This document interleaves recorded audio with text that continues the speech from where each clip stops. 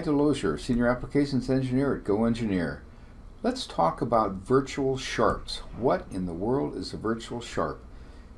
On this little simple model that I have on screen here, I've got corners made up by, where the lines intersect. If you put sketch fillets on things like this, just window around the whole world here, the boss says, oh, I need to dimension from this corner to this corner. If this was fully constrained and I put these sketch fillets on here, my virtual sharps would be there. But sometimes they're not, because I need to create my own virtual sharps, the corners back, okay?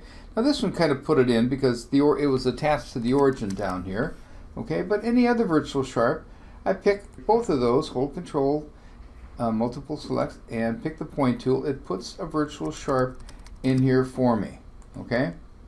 Same over here, pick one, hold Control, pick the other, pick the point tool, Zot, I've got a virtual sharp. Down here the same way, pick the line, pick the point tool, and virtual sharp. So I can dimension from here up to here. I can also change the way these virtual sharps look. If I go to Options and Document Properties here, Virtual Sharps is right here. I've got 5 choices. The default is Witness Line. That's this one right here. Star works fine. Do not use the plus sign because the plus sign is what is used for the center points of arcs and circles. So if you use the plus sign for virtual sharps and then you have a whole bunch of arcs and circles with center points close by, you're not going to be able to figure out which is which and who's who in the zoo. So use the star or the witness line. The dot sometimes comes in real big depending on your graphics, and I don't know why you'd want that. So let's go to star here so we can just see it, what it looks like. So I've got an asterisk basically. I got one there, I got one there, I got one there, and it put one down here for me automatically because this was attached to the origin. Okay?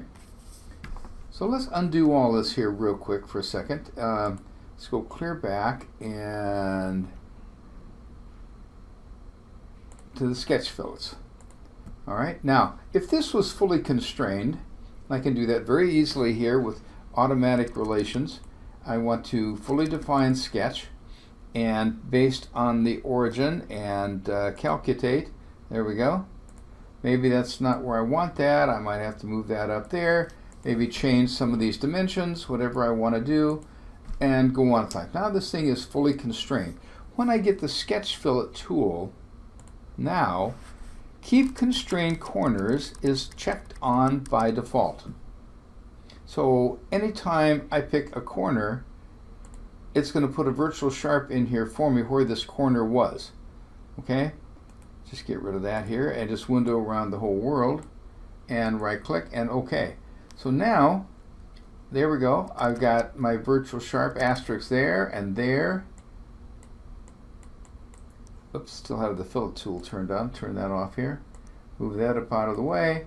So now I've got my virtual sharps in here automatically. Well, I can see that my dimensions went to there automatically. The virtual sharps are very handy. We can put those in anytime we want easily. What happens when I have a solid model that's already been filleted and I make a drawing of this? So I'm going to make my solid body here, and I'll edit the original sketch, and I can see that I've got virtual sharps on some of these already. It doesn't show if I make a drawing. I need to dimension here on my drawing out to these points. Okay, I could go turn on sketches, and so I could see the sketches and turn that sketch on so I could see that, but then the sketch is visible and sometimes the boss doesn't like that very much. I can pick my edge here, pick the edge, and pick my point tool, and put a virtual sharp in just like that. Same up here. If I want that, maybe over here in the far corner, so I can go corner to corner, and pick that, and pick my point tool. So now I got a virtual sharp here, and I got a virtual sharp there. But then the boss tells me he wants it on my isometric model. If I pick this edge here and hold Control and pick that edge there, and pick the point tool. Oh, look, it put it right in there for me. Oh, good.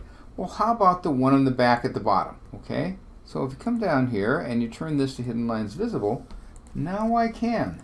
There, hold control, pick that, and pick my point tool. Boom.